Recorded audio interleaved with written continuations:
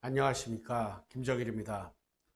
오늘은 엔테로 포스테리어 디스플라지아 인디케이터에 대해서 우리가 알아보도록 하겠습니다. 일명 APDI라고 얘기도 합니다. 이런 APDI는 김 교수님께서 1978년도에 발표한 논문이 되겠습니다. 우리는 교정치료하는 중간에 1급이었던 환자가 2급이나 3급으로 바뀌는 걸 쉽게 볼 수가 있게 됩니다. 이러한 전후방적인 관계를 우리는 예측하지 않는 이런 전후방적인 관계가 나타날 수가 있게 됩니다. 그래서 일반적으로 전후방적인 관계를 평가할 때는 다음과 같은 상태를 사용을 합니다. A&B 앵글, 다운스 AB 플랜 앵글, 그 다음에 제이콥슨의 위치 어프레이저, 그 다음에 파라탈 플랜 등을 평가를 하게 되겠죠. 그런데 이러한 덴토 페이셜 컴플렉스의 그러한 데비에이션 자체는 하나의 요소에 의해서 영향을 받지 않게 됩니다. 그래서 이런 덴토 페이셜 컴플렉스 자체에 있어서는 여러 가지 요소를 같이 우리는 평가할 필요가 있게 되겠습니다. A번 증례와 B번 환자가 있습니다. A번 환자인 경우에 있어서는 A&B가 2도, 그러면서 APDI도 82, 1급의 골격을 보이게 됩니다. 반면에 B번 환자인 경우에 있어서는 A&B가 2도, 1급의 골격을 가지게 됩니다. 반면에 APDI는 73도로 2급의 골격을 보이게 됩니다. 2급의 골격이라고 하면은 치료를 어떻게 해야 될까요? 우리가 만약에 발치를 기준으로 한다고 하면은 상악만 소고치를 뽑든지 상악 4번, 하악에서는 5번을 발치하게 될 것입니다. 그런데 A번 같은 경우에 1급의 골격이라면 어떻게 발치를 해야 될까요? 상하악 제1소고치 발치 또는 상하악 제2소고치 발치를 하게 될 것입니다. 이 환자인 경우에 있어서는 A&B가 6도 2급의 골격을 가지게 됩니다. APDI도 2급의 골격을 가지게 됩니다. 반면에 B번 환자인 경우에 있어서는 A&B는 6도 2급의 골격입니다. 그런데 APDI는 80도로 1급의 골격을 가지게 됩니다. 주어진 치성의 상태는 비슷하다 하더라도 치료하는 방침은 어떻게 서로 달라야만 될 것입니다. A번 환자는 전후방적으로 문제가 있습니다. 만약에 필요하면 우리는 턱교정이 필요할 수도 있게 되겠죠. 반면에 B번 환자인 경우에 있어서는 전후방적으로 큰 문제가 없게 됩니다. 이런 경우에 있어서는 우리가 교합력만 떼도 하악은 잘 앞으로 나올 수 있게 되는 걸 의미를 할 것입니다. 그래서 김 교수님께서는 102명의 정상교합 환자와 그 다음에 874명의 부정교합 환자를 가지고서 평가를 하였습니다. 그룹 1은 정상교합 환자, 그룹 2는 1급 부정교합 환자, 그룹 3은 2급 부정교합 환자, 그룹 4는 3급 부정교합 환자가 되겠습니다. 그래서 APDI 저널에서는 13개의 계측치를 평가를 하였습니다. 기준이 되는 것은 구치의 관계가 되겠죠.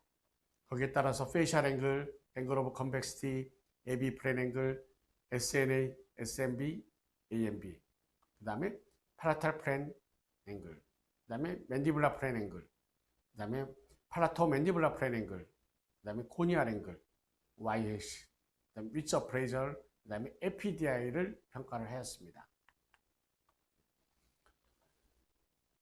그룹 1 정상인 교합자와 그 다음에 그룹 3인 경우에는 2급이 되겠죠. 그룹 4인 경우에는 딥바이트가 될 것입니다.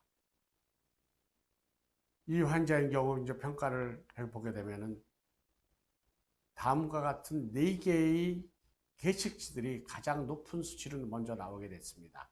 AB 플랜 앵글, 그 다음에 AMB, 그 다음에 위치 어프레이저, 그 다음에 APDI가 나오게 됩니다. 물론 여기서도 가장 높은 수치로 나오는 것이 APDI가 되겠습니다.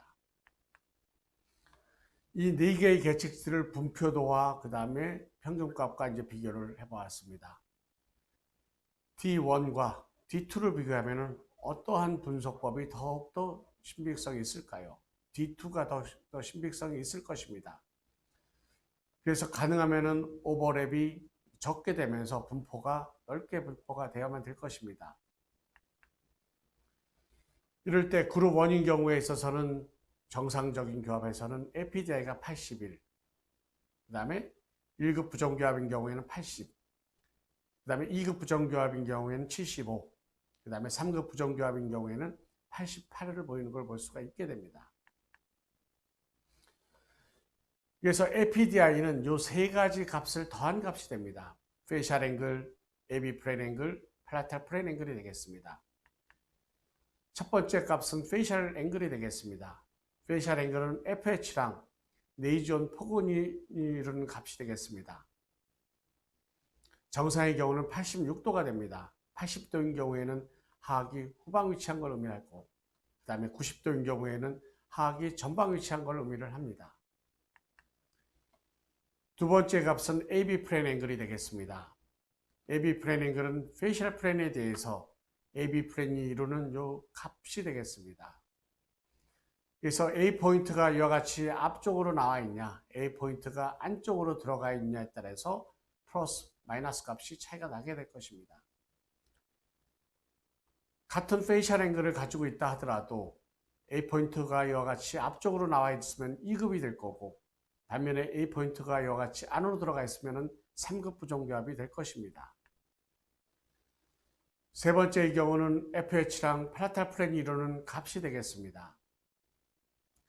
그래서 ALS가 이와 같이 전하방으로 내려가 있는 경우에는 플러스 값, 반대인 경우에는 마이너스 값을 보이게 됩니다. 그럴 때 우리는 구치관계가 교합력만 뗀다 하더라도 하악이 전방으로 이동이 되면서 쉽게 개선되는 걸 볼 수가 있게 됩니다. 이런 경우에 있어서는 일반적으로 골격은 거의 정상의 상태를 보일 수가 있게 되겠죠. 우리는 치료하기 전에 이와 같은 상황들을 우리는 미리 예측을 해야만 되게 되겠습니다. 그래서 환자가 가지고 있는 부정교합을 골격적 요소뿐만 아니라 어떻게 이와 같은 반응이 나타날 수 있는지를 우리는 예측해야만 할 것입니다. A번 환자인 경우에 있어서는 82도를 보이게 됩니다. 1급의 상태가 되겠죠. 그런데 전후방적인 치료의 상태는 클래스2 디비전 1이 됩니다. 이런 교합력만 떼놓고 치료를 한다 하더라도 쉽게 치료가 될 것입니다. 그래서 책에서 나와 있는 것처럼 헤드기어 치료 없이 치료는 쉽게 될 수가 있을 것입니다. 또한 이 환자인 경우에는 전후방적으로 83.5도입니다. 전치부 반대 교합을 보이지만은 전후방적으로는 큰 문제가 없는 환자입니다. 그래서 이 환자인 경우에는 상악에서는 제2소고치, 하악에서는 제1소고치를 발치를 하고 치료가 끝났습니다. 그래서 APDI는 81도 정상에 맞게끔 된 걸 볼 수가 있게 됩니다.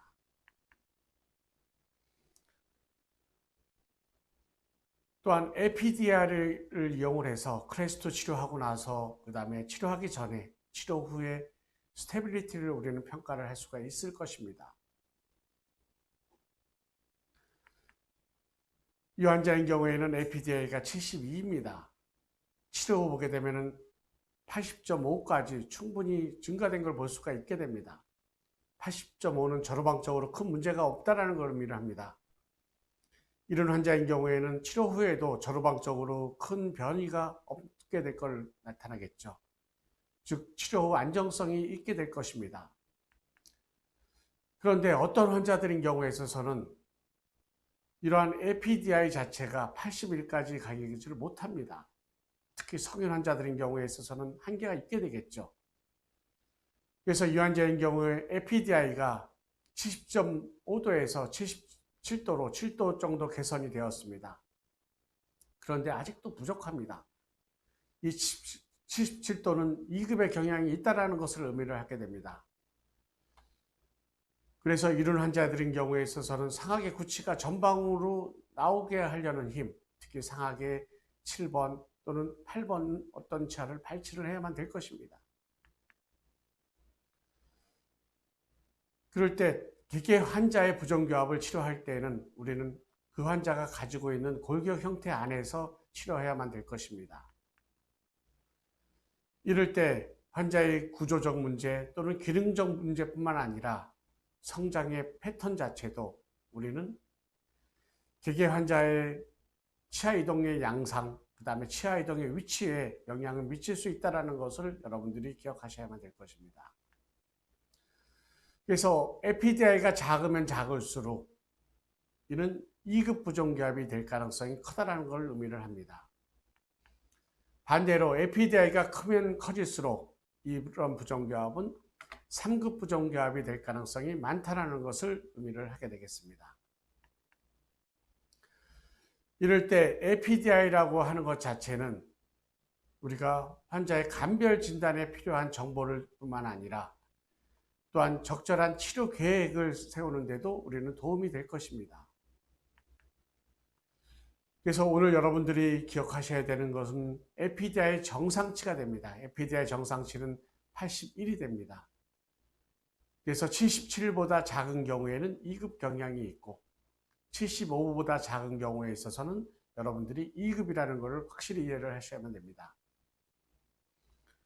반면에 85보다 큰 경우에 있어서는 3급 경향이 있고 그 다음에 89보다 큰 경우에 있어서는 골격적인 3급 부종기압이라는 것을 이해하셔야만 될 것입니다.